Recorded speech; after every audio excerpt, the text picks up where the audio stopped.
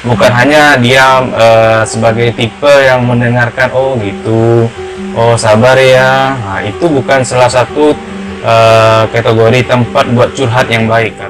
Assalamualaikum warahmatullahi wabarakatuh. Selamat datang kembali di channel Betul Salau. Oke teman-teman semuanya, kali ini kita akan membahas tentang oversharing. Dan tanpa disadari teman-teman mungkin melakukan oversharing ini. Contohnya adalah curhat ke teman atau ke kerabat, bahkan ke keluarga secara berlebihan sampai detail-detailnya itu dikategorikan tidak bagus, karena bisa membuat rahasia-rahasia kita yang harusnya tidak diketahui oleh orang lain terungkap gitu ya. Jadi contoh lain dari oversharing adalah kita bercerita dengan kenalan baru atau yang baru kita kenal, seperti misalnya nih contoh kecilnya saat kita mesan Grab online, ojek online, terus kita berbicara ngobrol sama drivernya sampai ke permasalahan pribadi, sampai kita menceritakan bagaimana kisah asmara kita gitu ya, bagaimana keuangan kita, keluarga kita, masalah keluarga, masalah dengan teman dan lain sebagainya. Itu dikategorikan sebagai oversharing. Kenapa oversharing ini tidak bagus? Poin utamanya adalah kita memberitahu secara berlebihan tentang informasi-informasi yang ada di dalam diri kita, yang membuat informasi itu bocor kepada orang lain dan bisa disalahgunakan oleh orang lain. Nah, maka dari itu teman-teman diusahakan berhati-hati ketika curhat. Nah, curhat itu kalau bisa ya kepada orang-orang yang tepat, yang memang dia mempunyai solusi gitu ya.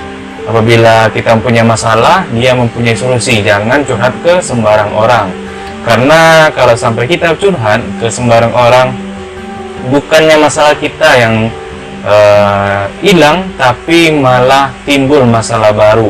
Apabila teman-teman yang kita curhatin ini membocorkan curhat kita ke orang lain, itu sudah menjadi rahasia umum ya. Nah, dalam ilmu komunikasi, oversharing ini bisa tidak baik apabila kita bertemu dengan orang baru, klien baru atau partner bisnis baru. Nah, apabila kita menceritakan semuanya tentang bisnis kita, rencana-rencana besar bisnis kita ke depannya gimana, strategi detailnya gimana, kepada orang yang baru kita kenal ini, bisa-bisa strategi teman-teman bisa dicuri dan dia aplikasikan pada bisnis dan partner dia yang baru, bukan kepada kita. Nah, itu salah satu kerugian dari oversharing kepada rekan bisnis baru. Jadi buatlah rekan bisnis Anda itu makin penasaran dengan Anda, dengan project yang Anda tawarkan, dia semakin penasaran sehingga dia lebih besar ketertarikan untuk bekerja sama dengan Anda, seperti itu teman-teman.